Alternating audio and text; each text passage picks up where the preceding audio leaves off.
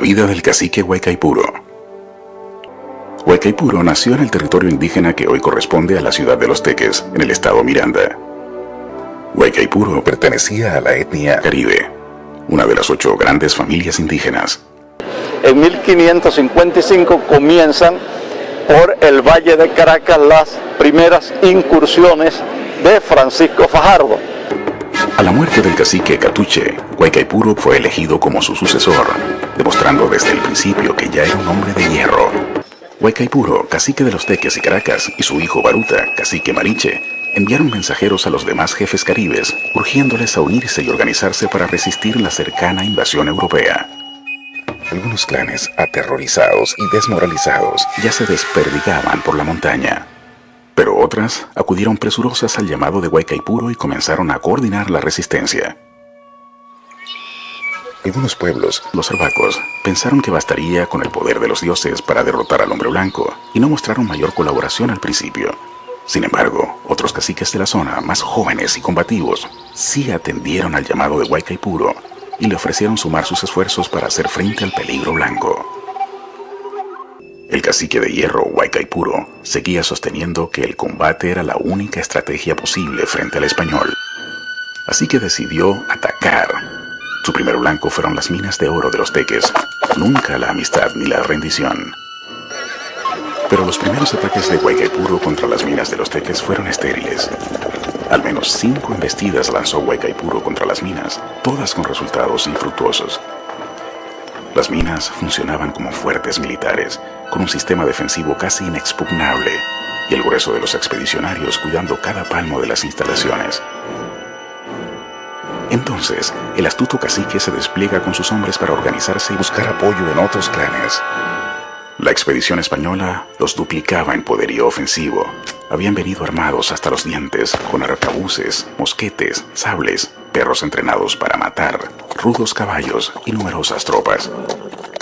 Los espías de Huaycaipuro midieron la fortaleza militar de las tropas españolas y el gran cacique entendió que con su precario ejército no le bastaría para derrotarlos. Envió emisarios a los otros caciques, pero aún aquellos que le habían ofrecido ayuda estaban asustados con profundas crisis en sus aldeas y se habían dedicado a organizar su propia resistencia o el repliegue hacia las montañas.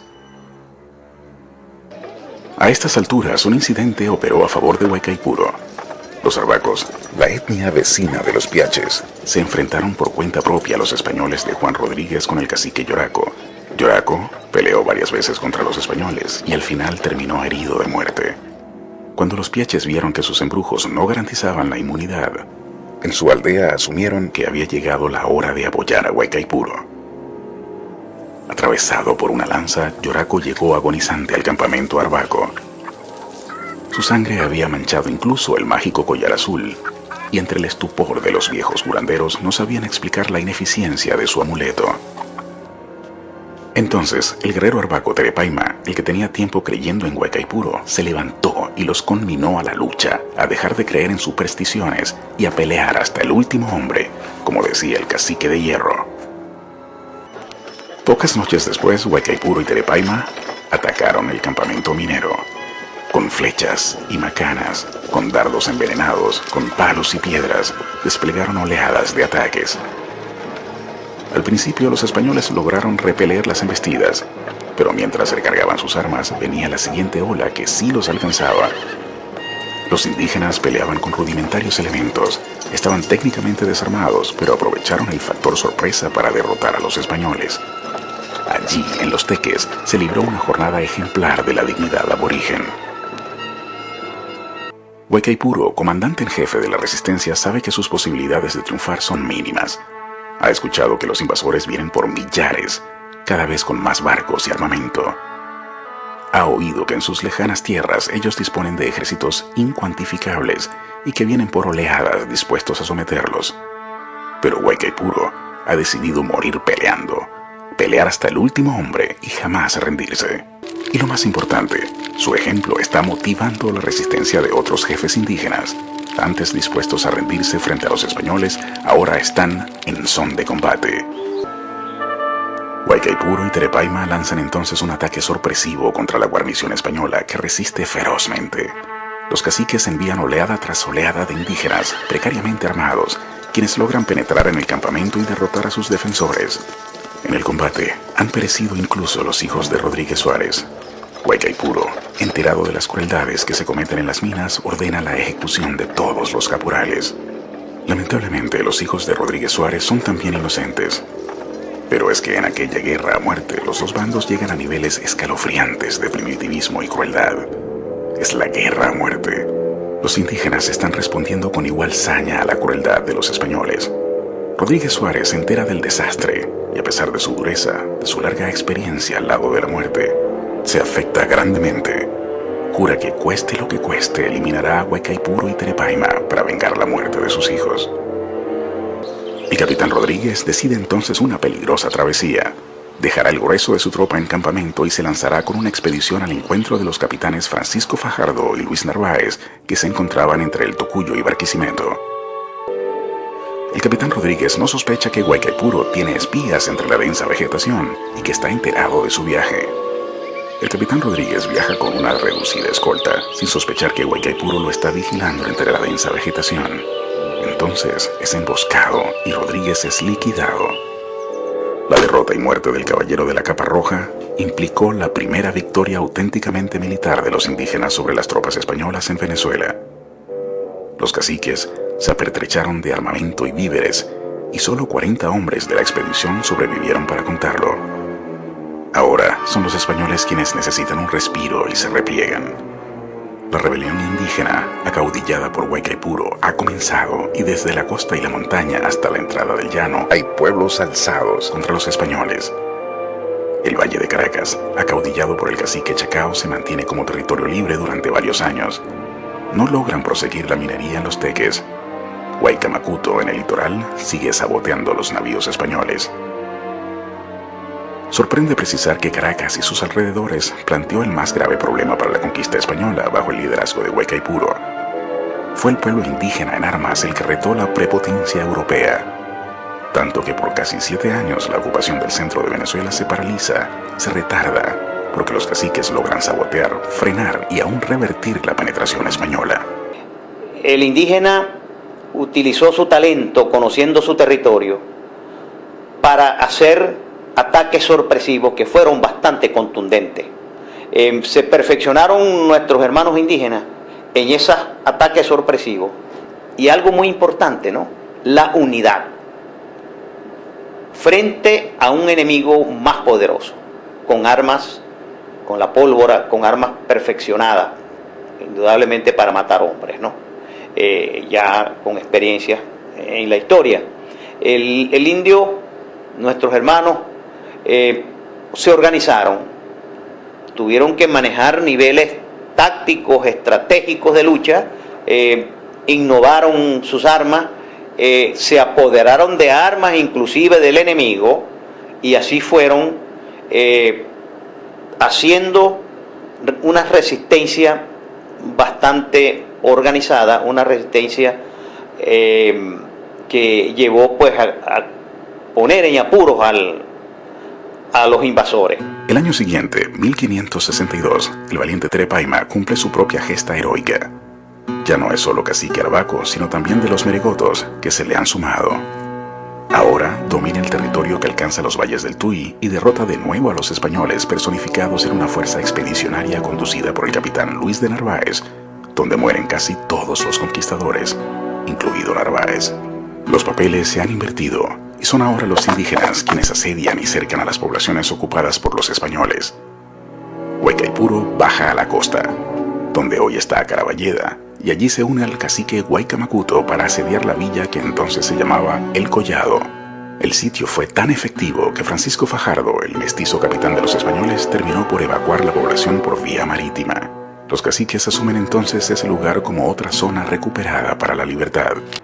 La larga sublevación indígena, que ya superaba los 5 años, había paralizado no solo la explotación de oro en el Real de Minas, sino el intento de establecer una ciudad principal en el Valle de Caracas, esfuerzo asumido por los españoles desde su llegada a la zona. Con asertiva visión estratégica, los españoles asumían que ese valle constituía el punto clave para poblar y dominar el resto de la tierra firme. Por eso, desde el virreinato hasta la gobernación general, todas las autoridades coloniales destinaron sus mejores esfuerzos para enfrentar a Guaycaipuro, asumido como el enemigo público número 1 de los españoles en el Nuevo Mundo. Diego de Losada llega al Valle del Ávila en 1567. Funda el poblado de Santiago de León de Caracas, núcleo que con el tiempo llegará a ser la principal ciudad venezolana. Losada viene con más hombres, más caballos, mejor armamento, más perros feroces, y desde el principio va utilizando indígenas, desertores, traidores o simplemente prisioneros chantajeados para confeccionar un mapa de la región, rastrear las zonas de desplazamiento de Guaycaipuro, escatimar sus tropas y diseñar un minucioso plan de batalla. Guaycaipuro ensaya atacar a Diego de Losada tempranamente y así lo embosca en uno de sus primeros desplazamientos por las afueras de Caracas. Pero el nuevo teniente español es mucho más avesado en ciencias y artes de la guerra. Comanda con mejor disciplina y sin mayor esfuerzo repele el ataque. Además, Diego de Losada era un hombre de suerte. El 25 de marzo de 1566, por pura casualidad, divisó cerca del río San Pedro a Guaycaipuro y su tropa de más de 10.000 indígenas prestos para el combate. Estaban vestidos con plumas multicolores, con tantos penachos según el número de hombres que comandaban, y ofrecían una visión tan feroz que muchos españoles tuvieron miedo, pidiéndole al capitán la retirada. Pero Losada se empeñó en dar la pelea.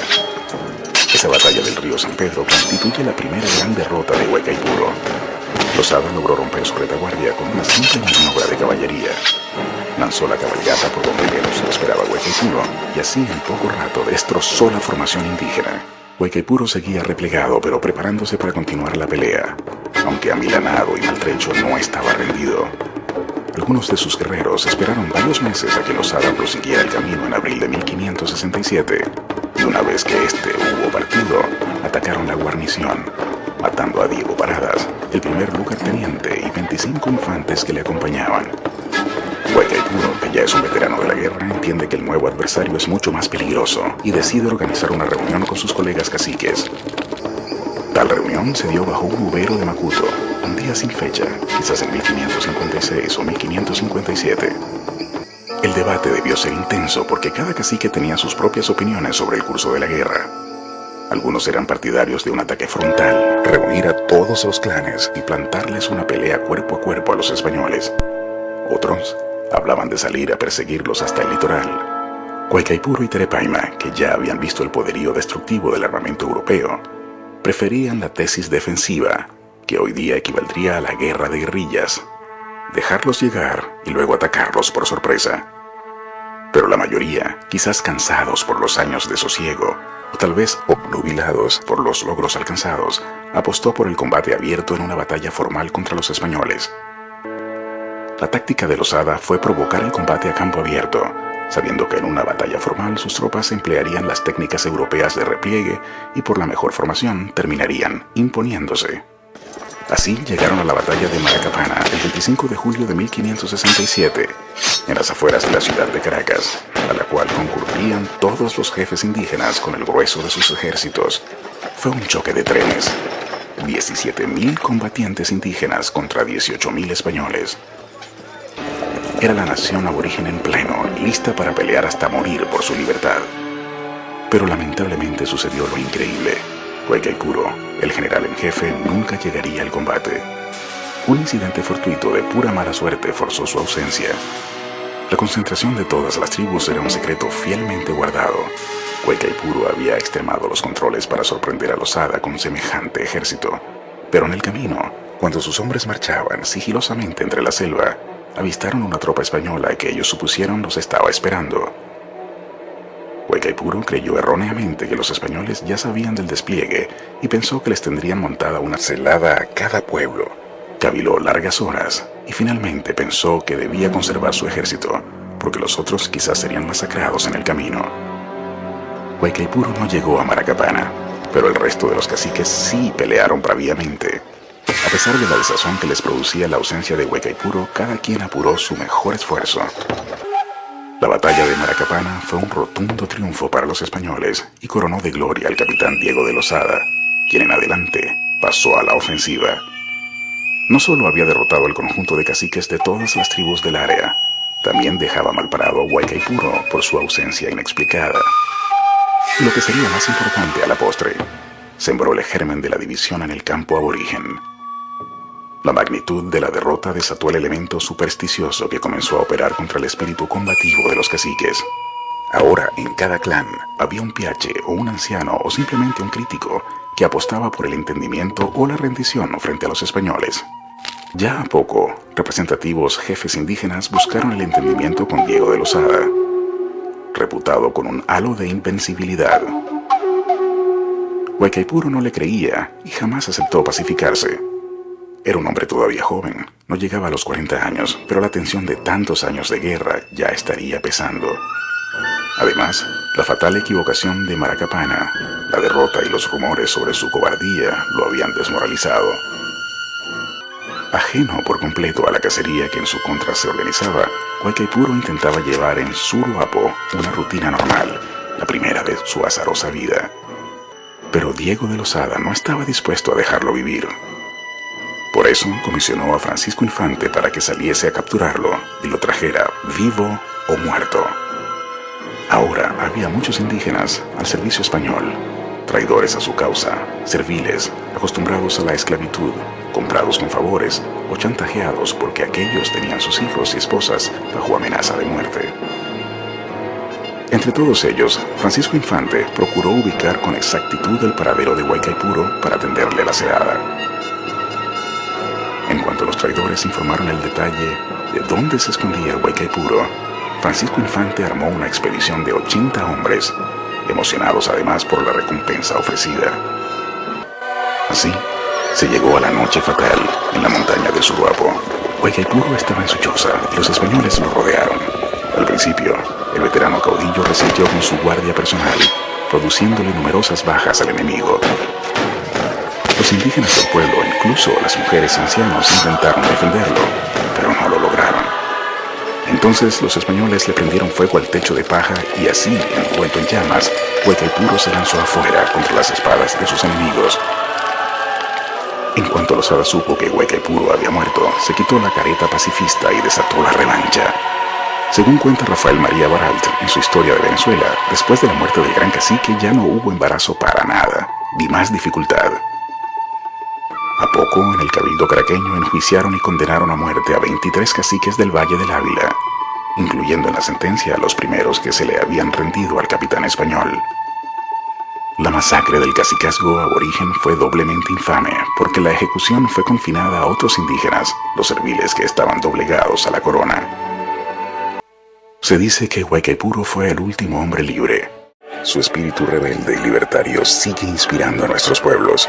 Es el ejemplo de la dignidad que no se doblega, que no se rinde, que no se entrega. Es la dignidad del cacique de hierro.